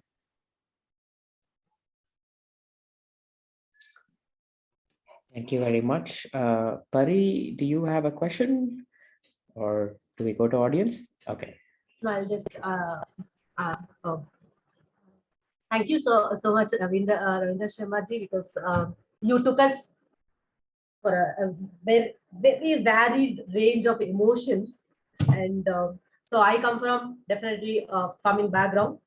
You spoke about whatever you spoke is everything to do with the immediate community that I'm living with. So it's very emotional for me. So thank you so much. I'm very happy that people are also there in the policy making places where things are in right place. So my question is here, there's one part in India, education part of this agriculture, whole agriculture policy making and agriculture colleges and agriculture students are coming out of colleges with the curriculum designed, and they yeah, it so happened that I had to meet the final year students just a week ago, and I was shocked. And the knowledge that they had about even the basic of agriculture, and their aspirations are to sit on top of the farmer's head, wanting to be a bank person who provide loan for the farmers who don't have the basic knowledge of agriculture, starting from, let's say, identification of a plant to what impacts more on agriculture. There's the environmental part of it, there's the economic part of it, there's the price part of it. What are we as a government is providing for students as a future as agriculture students and all those things. So this is something I've been sitting with. Well, when I was a student of agriculture, and I'm talking of oh my God, I passed out in 1978. So the world has changed in those years. But even now, I find the curriculum hasn't changed. The kind of textbooks that I was studying at that particular time hasn't changed much even now. And it tells us that basically as the education that is being imparted to us remains with that fixed objective of bringing out or churning out students who can take up the jobs in banks or in companies and so on and so forth. Not many of them would like to enter into farming. And we know that not many of them have really gone back into farming. But that's because of the economic design or the curriculum design that is before us. But I think more important, Pari, is that I find, one thing that is missing in the entire curriculum or the way I was brought up is we are far, far away from the ground realities. And when the kind of, things that I'm talking to you today is because soon, I'm not saying that's the right kind of a career track to move into it, but at that time I became a journalist and I was the agriculture correspondent of Indian Express. And Indian Express was the largest chain of multi-edition newspapers at that particular time. And, as agriculture correspondent of Indian Express, Express invested on me and I traveled left and right into the country. They made me travel extensively into the country. And the idea was that you don't report what the Minister of Agriculture says, or the Vice Chancellor says. You just go and travel into the country, look into your own, the way you draw your map, whom do you want to meet and what kind of issue you pick up, and then you report. So that we bring from the ground or from the bottom what should be the agriculture or how does agriculture look and what is needed, blah, blah, blah, all those kind of things. Now, I was very lucky. I must acknowledge that I was at the right time at the right place. It doesn't happen anymore. For 10 years, I worked with Indian Express, and 10 years, they made me travel into the country. Let us say, if I have to do a report on dryland agriculture, as we know, roughly 60% of the country, 55 to 60% of the country is dryland and is rain-fed. I can do a report in 4 hours now, sitting there on my computer and talking to 4 people and getting a report done. I'm not undermining what journalists are doing today, but I'm just explaining to you. Believe me, I drew up a program to travel into the countryside, into the drylands for 3 months. For 3 months, I traveled and then came out with this 3 series of articles. That is how I learned. And I think that was the best learning I could have ever expected. And that is what perhaps have opened up my eyes. Now, I'm not expecting everyone to get that kind of a benefit now because it doesn't even happen in journalism anymore now. And all I'm suggesting is let us try to move beyond textbooks. That is the first criteria. When I look at economic students, as I was talking to you, we are grilled or we are being made to, or let's say in computer language or in software language, we are being programmed to believe that unless you push people out of agriculture, you will not achieve economic growth. And we believe in that because we don't even go to the villages. We haven't seen villages. Agriculture students, forget about them, but even teachers I know who have not visited villages for several decades. I know at many places I ask them, when was the last time you went to a village? And I get a shocking reply. Somebody says 10 years, somebody says 12 years. That is how it has happened. So I'm saying the irrelevance that basically that is developing or coming up is because of our not getting into the countryside, not getting our hands on where we should be trying to understand from that kind of a community. I've always been of the opinion that, when Green Revolution came in, we said lab to land. That was a failure. That was a failure because we should no denying that lab to land is useful. But land to lab was something which agriculture universities missed. We never learned from the wisdom that was available in the countryside and then try to imbibe, let's say improve it, freshen it, fine tune it, and so on, and give it back to the farmers. That is something which has brought agriculture to the kind of a crisis situation today. And even now, I feel if ICR, Indian Council of Agriculture Research, was to redesign, and I don't think you have to go in for a complete overhaul. I'm not asking for it, but all I'm saying is in phases, if we have to move forward, open up for more exposure to the realities, I think things would change. As Amitabh Bachchan in one of the advertisements for Gujarat, if you remember, had said, "Ki kuch din to bitaiye Gujarat mein." That's what his message was. You spend some days in Gujarat at least to know what Gujarat is all about. I think those who talk about agriculture should be willing to spend some days in the villages. This is all I'm asking for. And I think the perceptions would change. Right, of the students and then also of the faculty and the entire education system. So, kuch din to bitaiye khet mein, I think is my motto here. Kuch din to bitaiye. I don't know whether you understand Hindi or not, but all I'm saying is, if no problem. That's why I'm trying to translate. May not be as good as Amitabh Bachchan did in Hindi, but I'm just trying to translate. It said, try to spend some days in Gujarat. If you want to know the culture and about the history of Gujarat, you have to spend some days, So similarly, all I'm saying is, if you have to understand what agriculture is and what the crisis it is faced with and so on, all I'm suggesting is, kuch din to bitaiye khet mein, means try to spend some days in the villages with the farmers. And I think your learning would then only be complete.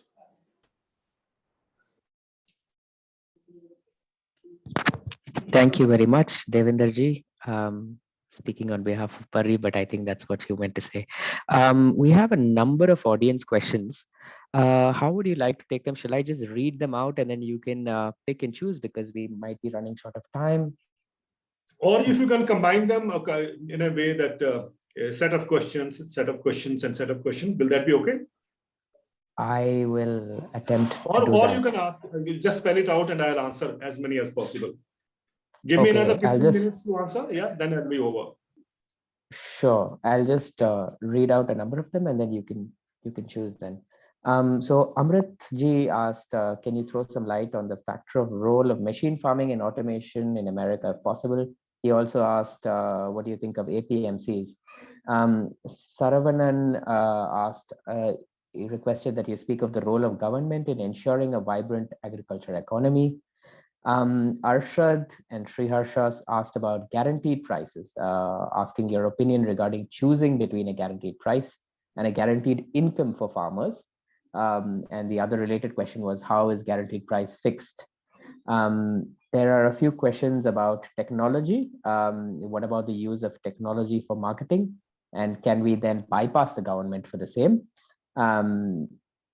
Yeah, I think these are a few of the questions.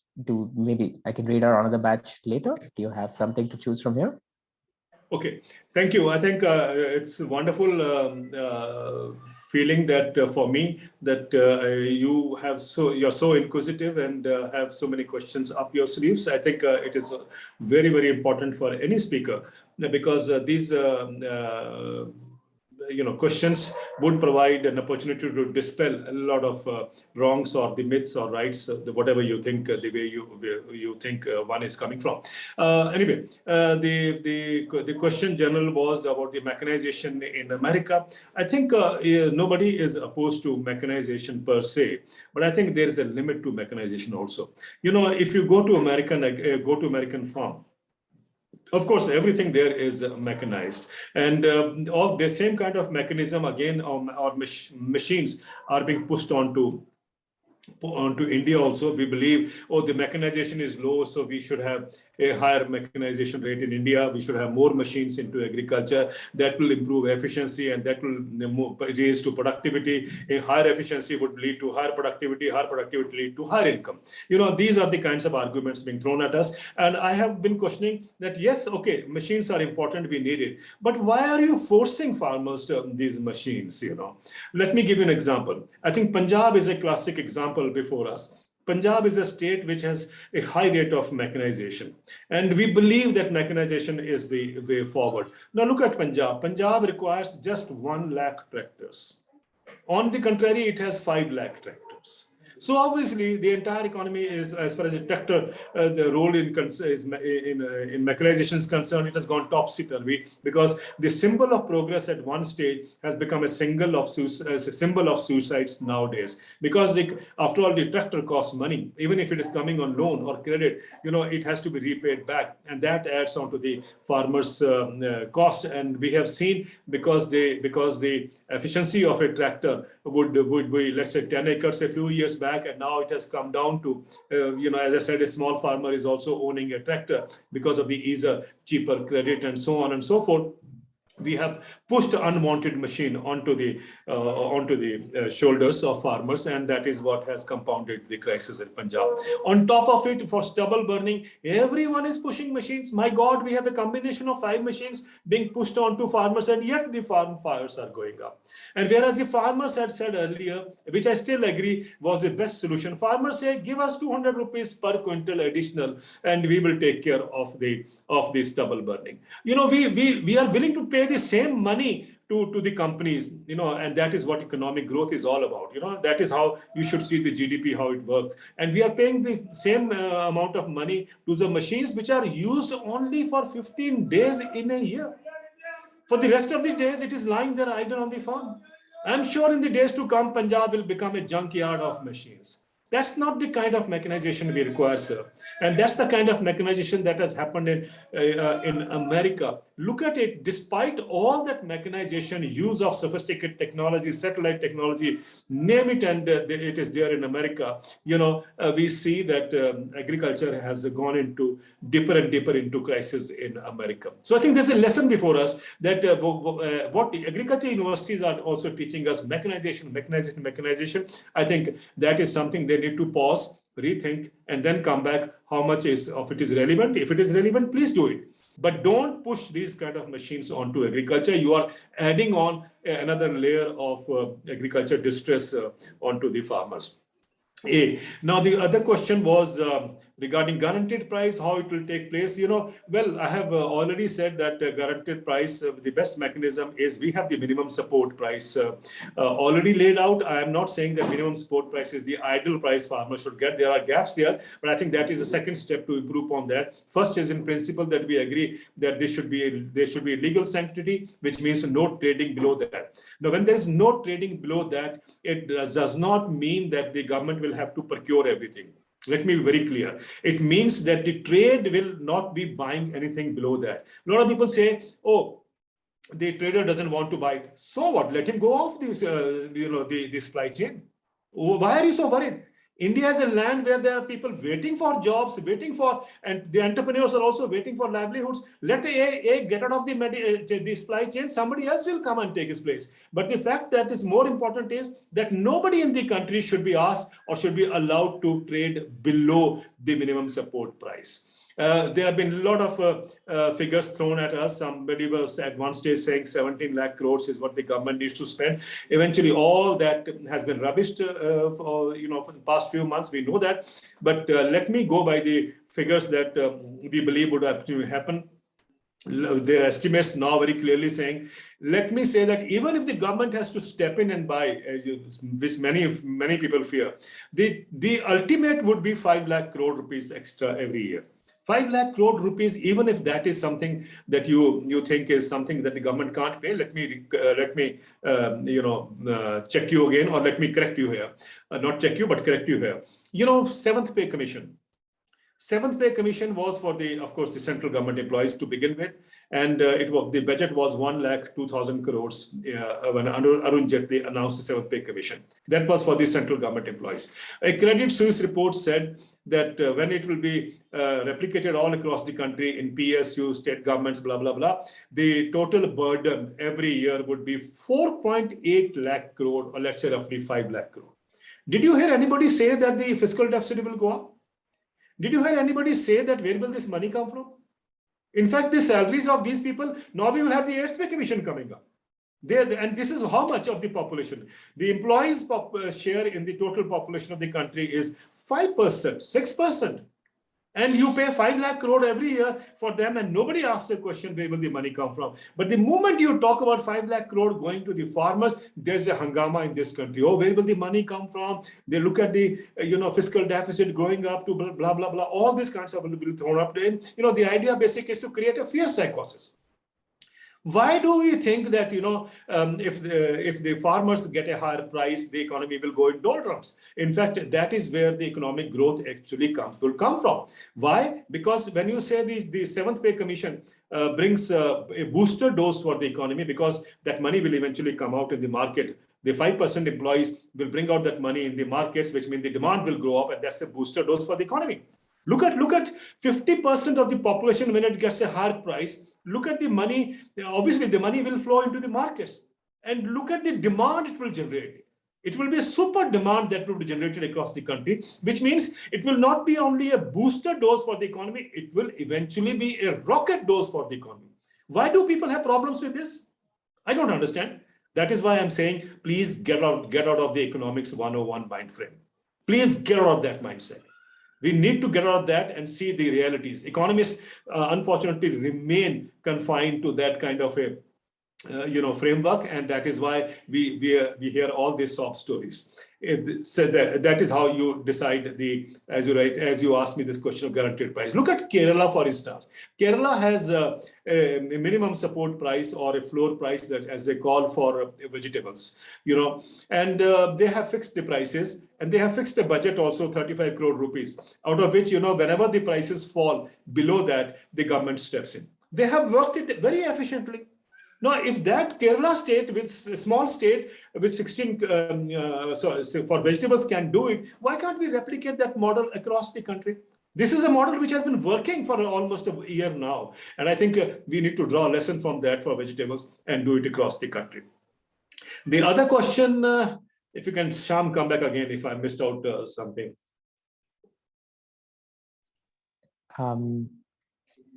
No, sir, I'm not sure. Maybe I can move on to the next set of questions for now.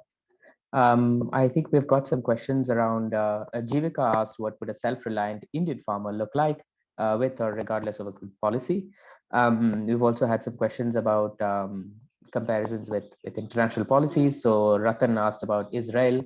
He says that from the last 5 years, he has been hearing that India is learning from Israel in improvements on productivity. Do you have a comment on that? And Sriharsha Vasadi also looking at Australia and saying that Australia is the first country to go for carbon credits to encourage farmers to sequester carbon in the soil and help the soil and atmosphere. How can this be applied to an Indian context? The first question you mentioned was about, come back again? Was about what would a self-reliant Indian farmer look like with or regardless of a good policy? Well, in a lighter vein, or ideally what I look like, want farmer to be, his mustache up and a good cleaned turban that he's wearing with a what should I say? Of course, clean, but upstream kind of clothes that he wears, has a car parked in his garage, and I don't mind even if he's smoking hookah sitting there on the farm. But the point I'm trying to make is the ideal self-reliant farmer is the one who is, of course, self-sustaining, but is the one where, who is economically viable and whose farming system is economically viable, which means the entire structure that he weaves in around him is profitable, based on profitable. There's a saying in Punjabi, it says, Jide kar dane ude kamle bhi syane. I want to translate it to English. It means he who has, economic resource. His children are healthy, wealthy, and wise. So don't worry about nutritional security, educational gap, and so on. If the farmer is healthy, wealthy, and wise, we would have his future would also be equally healthy. I have always said, yes, globally, when we talk of transformation in food, I've always said we need healthy agriculture, we need healthy food, and we need wealthy farmers. Let's make a change here. Of course, some people say we need healthy agriculture, we need healthy food, and we need healthy farmers. I want to add here, if you have a wealthy farmer, you have to, that is the ideal farming or self-reliant farmer that I would be aiming at or looking at. The question about Australia, all these things are okay. You give them credit, you give them, but why don't you give them a living income? My question is, why are we shy of giving farmers with a living income? As I said earlier, if a farmers have the right kind of income, his children would be healthy, wealthy, and wise. If I have the right kind of income, I know whether I need a credit or not. Every day, I also receive bank calls like all of us does, sir, whether you need a loan or not. I am waiting for a day when the farmers also gets a call to say that, whether you want a loan for this or loan for that. Why not? Let him get that kind of income security. And I'm sure that's the kind of Australian agriculture that we also feel that the way they should be developing too. I remember the chairman of the National Farmers Unions of Australia a few years back saying that they are tired of subsidizing the country. That is not the kind of agriculture we need. What kind of credit limits and so on is going to work there, unless you make that farmer economically viable. And that is why guaranteed incomes are very important. There was another question, Shyam, which slipped. I'm getting old now, so you have to pardon me. Not at all, sir. The other question was about Israel, that from the last 5 years. This is also very fast. I'm glad somebody asked me this question. We are a great country. We don't know about our agriculture, but we know everything about the agriculture in other countries, or at least in most countries where the dominant economic thinking is coming from.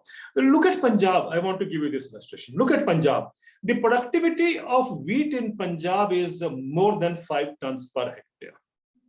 The productivity of paddy in Punjab is more than 6 tons per hectare and bordering 7 tons per hectare. And if you look at globally, the productivity of Punjab and Haryana in the case of wheat and paddy would be almost in the first 5 countries or top 5 countries. I would say it will be matching the first 2 or less than the first 2. Okay. Now this tells us this is the highest productivity, and you will be surprised that Punjab farmers, when I look at it, Punjab has become a hotbed of farmer suicides. Between 2000 and 2015, a house-to-house survey done by Punjab Agriculture University, Ludhiana, Punjabi University, Patiala, and Guru Nanak Dev University in Amritsar. These are the 3 public sector universities. They had done a house-to-house survey. They found out 16,600 suicides of farmers and farm workers in Punjab in those 15 years. Now, it tells you very clearly, a state which has the highest productivity, matching the best in the world, has become a hotbed of farmer suicides.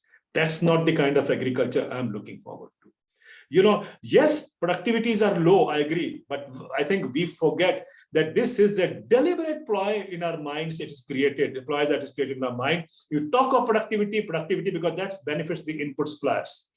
Nobody wants to talk about income. I want to know, give me one country.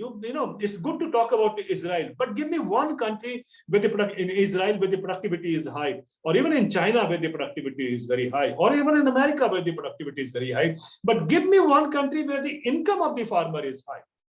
Give me one country where the income of the farmers is, let's say, equivalent to what the other sections of society are. And let me add here, before you correct me, the income of farmers in Holland is very high. I think 245% higher than the average income that a farmer gets in Holland. But that's because we forget, that's because of the subsidies being pumped into into agriculture. It's not because of the markets providing a higher price in Holland. Similarly, the income in America is also very high for an average farm family. But that's again, as I said earlier, 40% of the income is coming from government subsidies. The point I'm trying to make is I'm looking forward to a regime or to a period when I will find that, we start talking about, oh, I would love to also see that what is the farm income in the range that Israel provides. I don't have the figures, but Israel is a tiny country. You can manage all those things. But, in a country like India, it is not fair to replicate the models from, there's learning there, no denying, but I think there is a lot to be done within the country based on the strengths that we have. So yes, if they are achieving higher productivity, fine. Punjab is also achieving a higher productivity. But the bigger challenge Punjab faces is how to sustain this kind of agriculture growth model in the years to come.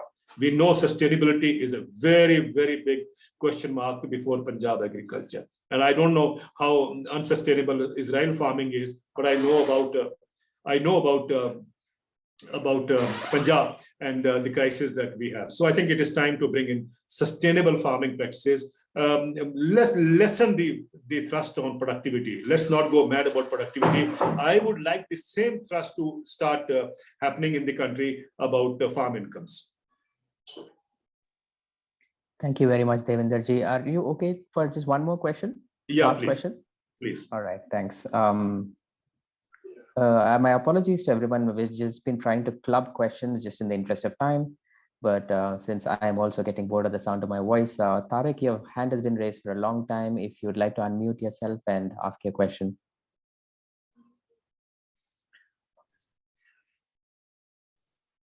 Thanks, Shyam.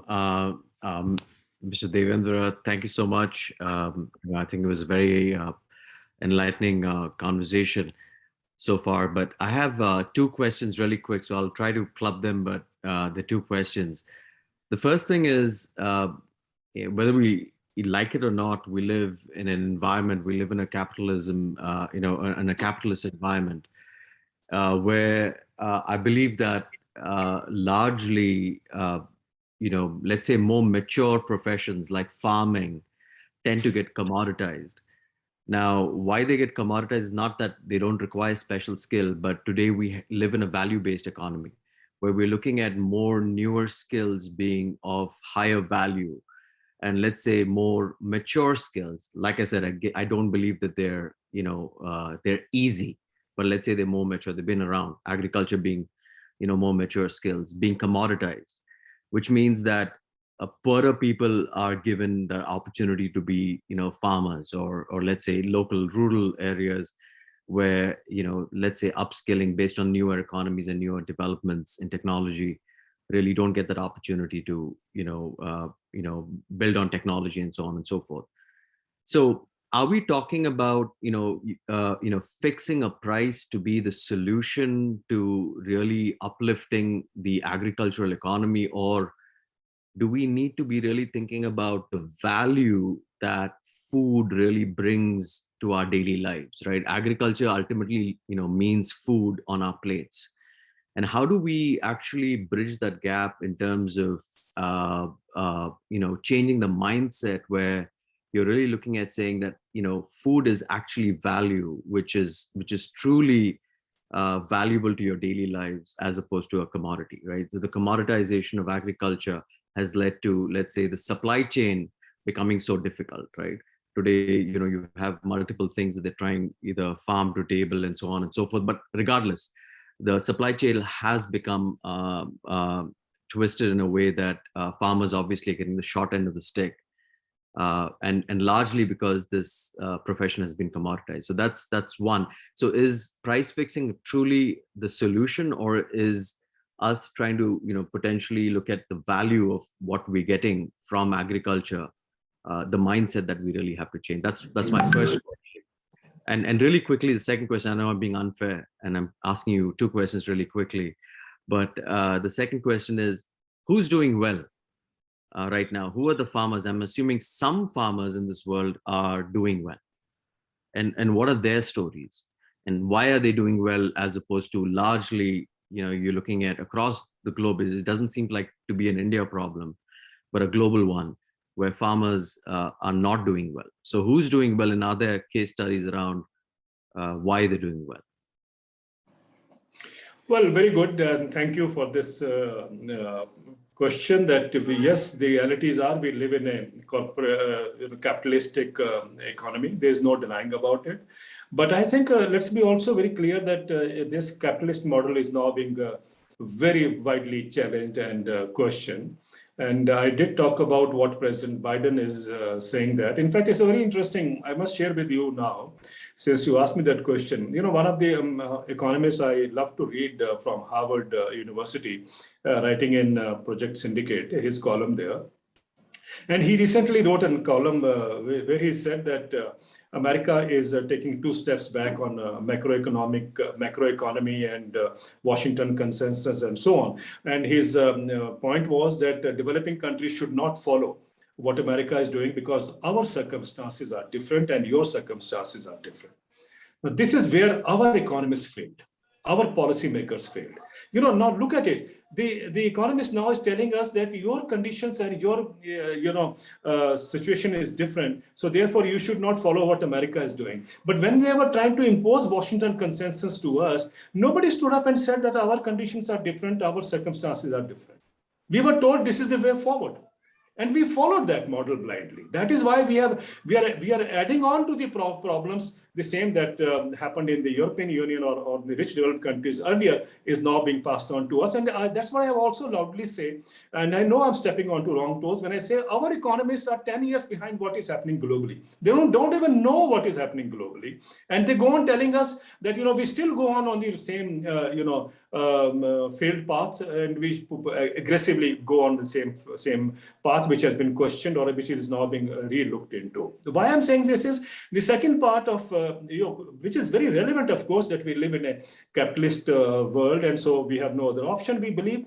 But imagine, I sometimes wonder, and please take me positively here, but I sometimes wonder those people who were living at the time when the sun would not set on the British Empire.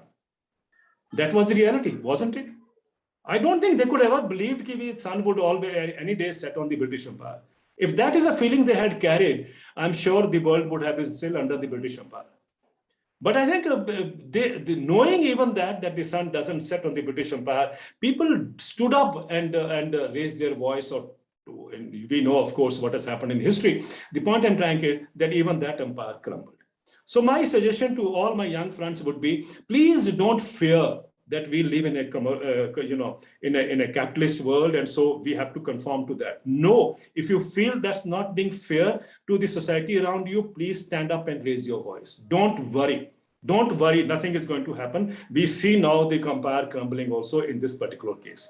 And look at it, it's sustained by public money we don't even know. I was reading Ruchi Sharma recently, the one from Morgan Stanley. What he has written? Last year in 2020, not last year, now we are in 2022. He said the central banks globally printed surplus money to the tune of $9 trillion. And where did it go? It went into the pockets of the rich people. This is what he has written in an article. We could read in Financial Times and so on. Globally, it appeared. And this man is an authority, so I take his data. $9 trillion pumped in surplus money, where? By way of federal bonds into the pockets of the rich. And how much do you need to eradicate poverty? $100 billion is what the World Bank tells us. How much do you need to make the climate change changes that the world looking up to, or climate change finance? Again, $100 billion. You don't have $100 billion for climate change. You don't have $100 billion to eradicate poverty from the face of the earth, but you have $9 trillion to be pumped into the pockets of the rich. The rich become richer, the poor remain poor. The point I'm trying to make is people need to understand how broken the entire economic system is. We need to fix the broken system. And I think you and me have a responsibility to do that. And I think the moment you bring out, my God, you have $9 trillion to be given to the super rich, and they have no money for us, I think your frustration, your anger is what will drive the future. I'm sure you will agree with that. So let's not forget about what the capitalist economy is telling us. Let's be very clear what you and me perceive to be the right kind of economic model for us. Economic model of growth where you and me also benefit, each one of us can benefit. And the value of food that you talk about is very important. Value of food does not mean, and I'm talking about the educated, rich, elite class that is in the cities who believe that, if we go for what is that, the corporate produced food that is now coming into the markets, the hot dogs which are produced chemically, or the things that are, the meat that is produced vegetably over in this thing manner, and so on. I don't think we need cutlets made of some bloody formula and so on and so forth. That's not the value of food that we should be looking at or aiming at. I think value of food is, as a lot of people would say, we need safe and healthy food. And that is why I say, sir, that the future revolution in agriculture would be driven by consumers. If you do not realize what should be the value of food you want, you will never be able to get that in market. So please, let's all get up, demand the right kind of food from our grocery stores, and they will then start looking for it. And just a hopeful message I want to give you. When I was a young student, I was given a model that worked very well as far as marketing is concerned. When Nirma soap, the washing soap, came into market, they were a non-entity, nobody will buy that. So they evolved a strategy which worked very well. And this is talked about in ad circles also. What they did was, instead of putting big ads and playing cricket match and so on, sponsoring all those things, I think they were not there even at that stage. But nevertheless, what they did was, they would send 4 or 5 boys who are, we have enough of unemployment in this country, and they would send them to their local shops, and they would go and just ask, I want to buy Nirma. Do you have Nirma? He would say, no. What is Nirma? He says, that's a washing soap. You don't have it? Oh, okay. So he'll go away. 4 times people come during the day asking for Nirma. The man, the shopkeeper, ensures, will make it sure that the supply is there in his shop. So that was one way that they got Nirma to be sold across the country. I think you and me can also play that role. We can ask for the right valuable food that we want. And then that is what I think would derive the right kind of food revolution that we are looking for. That's the kind of a transformation we need. I'm sure we'll all agree with that.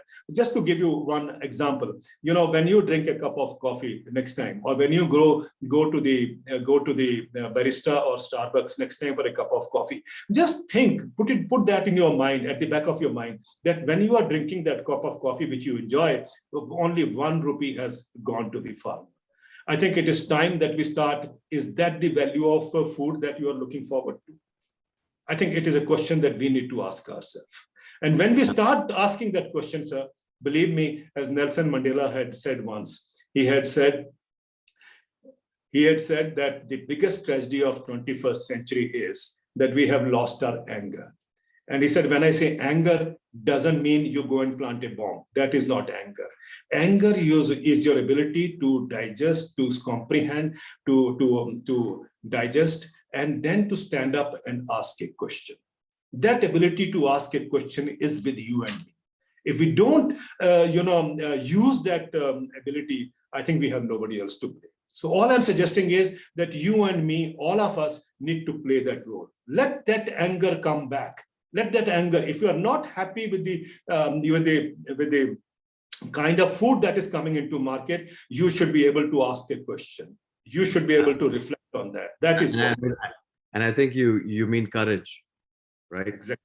Anger really means courage. Thank you. And the second part of the question, I don't know if we have time for it. And I know sorry, Shyam. Who's doing well? Are there farmers who are doing well? And are they doing anything different? Well, I think my travels across the world and also interaction with the farmers, there are lots of farmers whom you can meet who are doing very well, who look to be very prosperous, and so on.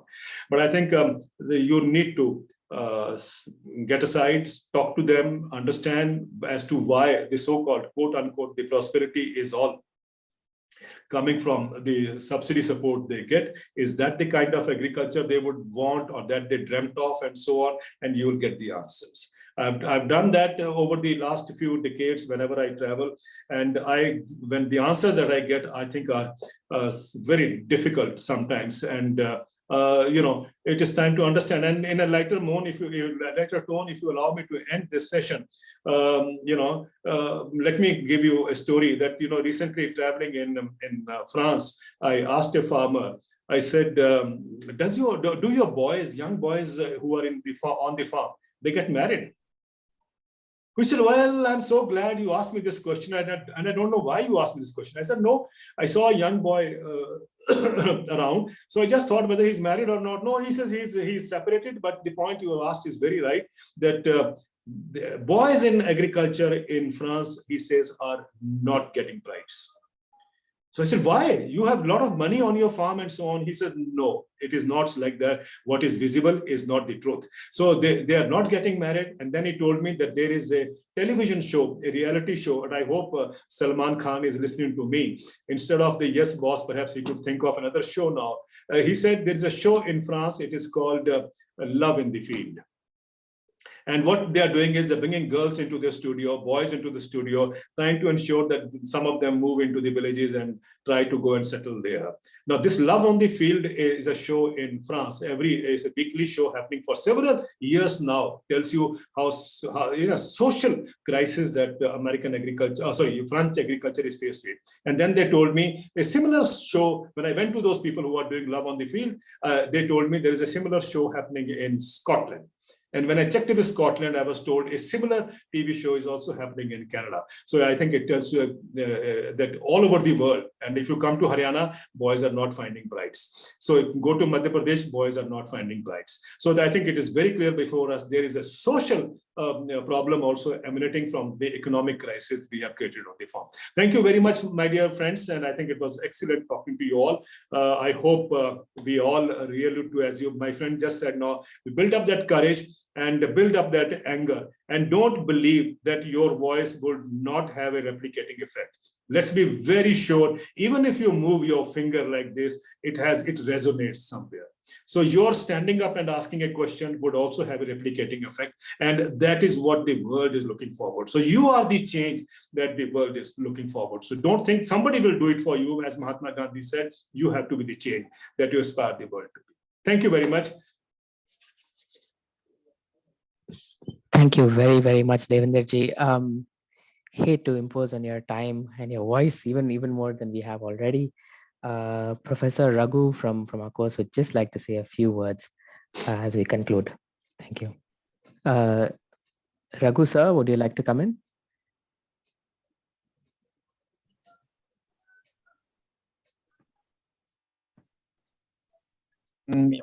Unmute. Yeah, thank you. I actually had a question for Devinder Sharma ji. Yeah, because I've been fascinated listening to you. And these days I'm kind of obsessing over the colonized mind and the colonizing mind. Yeah. And one of the things I've been kind of struggling with and obsessing over, not knowing what to do, is that two parts to it. So one is the envy of the average Indian of the West and what it does to our thinking. And now there's a double whammy here. We're also envious of China. Yeah. So the mind that is operating today is an extremely colonized mind. Right? And we don't even have the luxury of being like the Maoris or the original inhabitants of America to have been completely screwed. We're half screwed. Yeah. And my own thinking is that a lot of problems we have is the average Indian does not understand his own history, her own history, our own thinking, and therefore much of the problems. Yeah, in fact, when I hear somebody say the value of food, yeah, we were a country which did not commoditize food or education. No? We gave it such a huge central space. So how can the average young mind start thinking anew?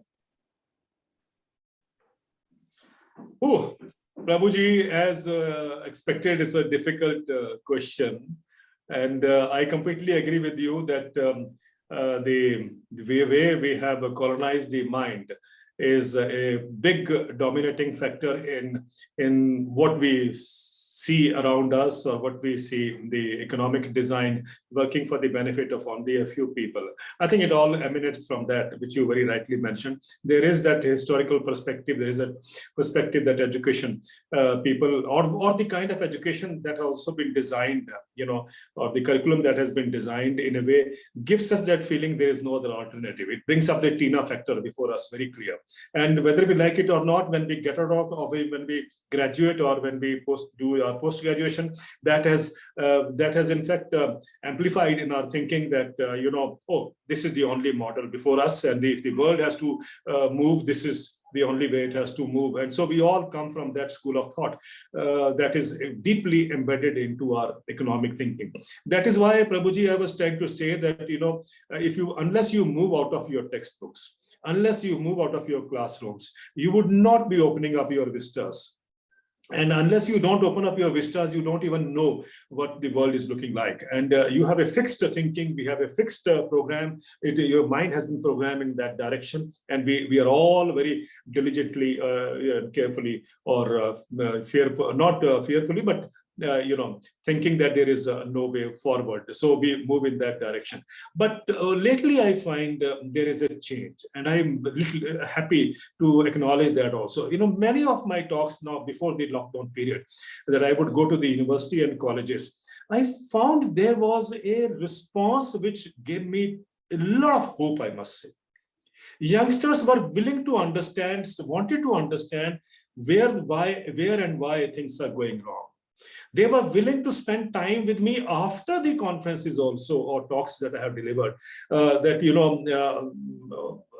say, trying to dig more as best as I could perhaps answer them, and then form their opinion. And I have found in many of the talks that I delivered, let's say a few years back, I remember one case, if you can allow me to say, several, maybe almost a decade or plus back, I was delivering a talk at the Baroda University. Very, very, I would say, widely acknowledged talk. I don't know why it happened, but it happened. And when I went to deliver a talk in one of the American university, two students were there from the same college.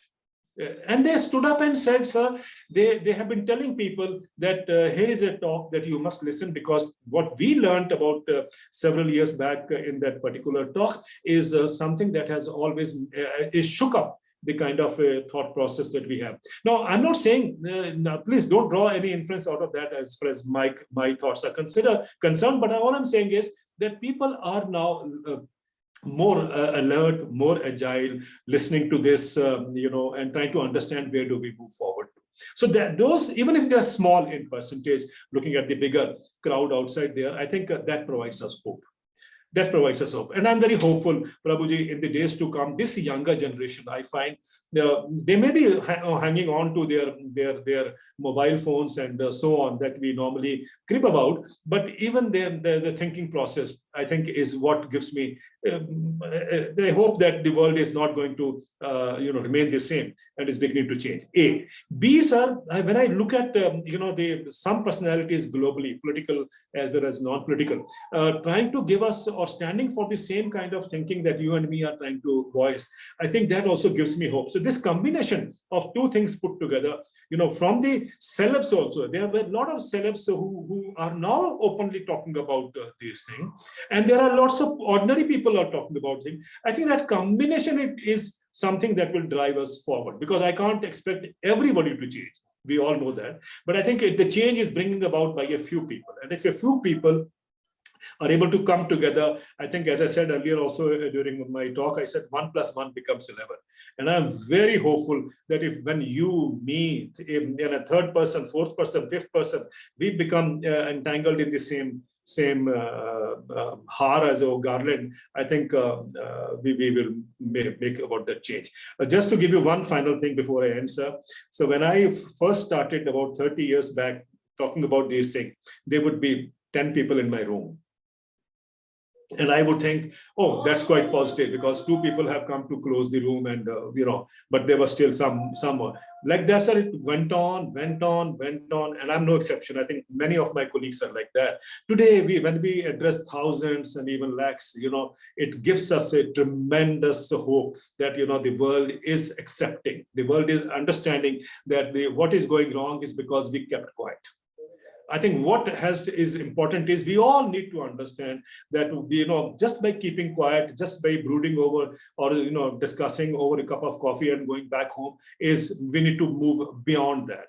We need to move beyond that. And the more we talk, the more we share the ideas. Some people may not like it, but that is what moves us forward. I think one success story is when we formed the India Against Corruption.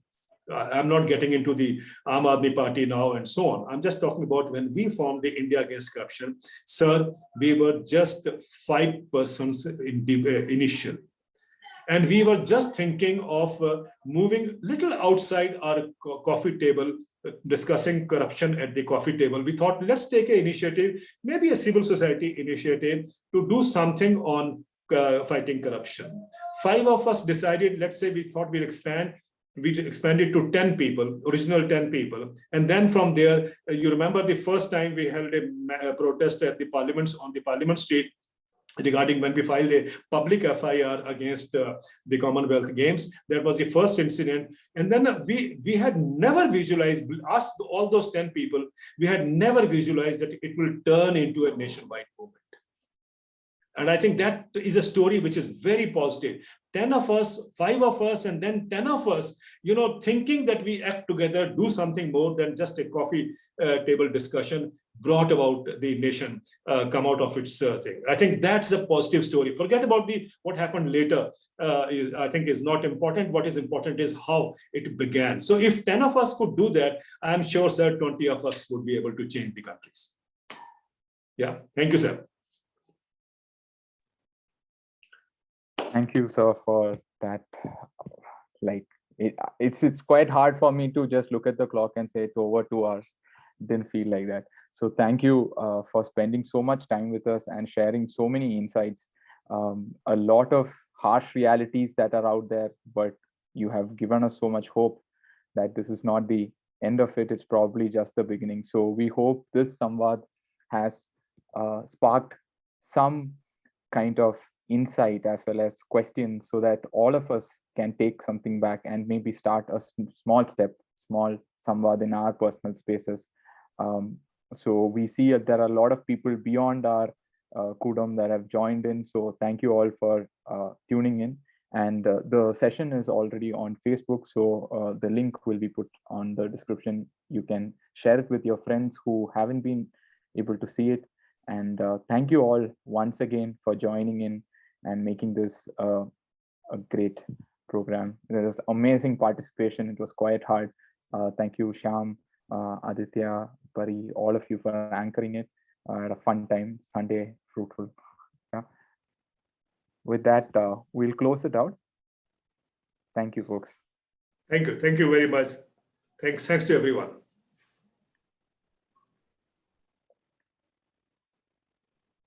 Thank you.